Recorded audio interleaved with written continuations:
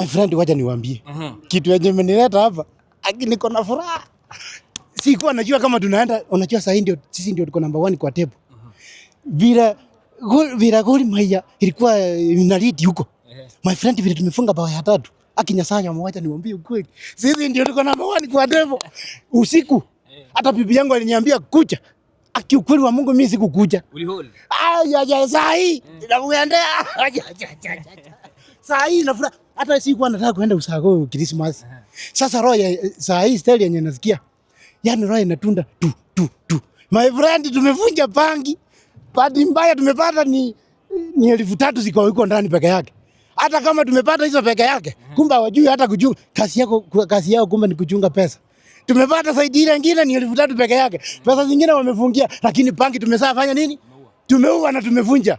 Kuna kitu kingine na imagine kuna jamaa anaitwa Lewuso wa Gor Mahia. Nilikuwa na muone Lewuso hata kama uliua kale kanda yetu. Ibarara. My friend ukasema hako ndio eti aliwekea simu. Hata kama aliwekea ukandega sumo.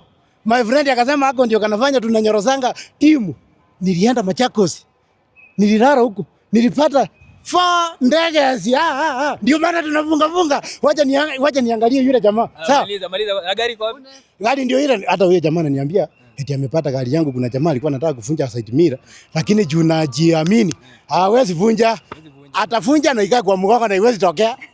Ni wakizi my friend. Kwanza poa venye michira kwanza aliumia. Sasa hivi unafeel mko stable. Sasa sasa hivi nimeangalia hakuna haja niwavije. My friend, tuko stable. Mijira akirudi January kirudi. Nyasaya yao ndio wataona mambo. Sasa tutakuwa yani tunakalia hiyo table. Hata mimi nitaenda tu nikalie nisikie iko aje vile Gor Mahia walikuwa wanasikia. Sawa. Wacha nikimbie.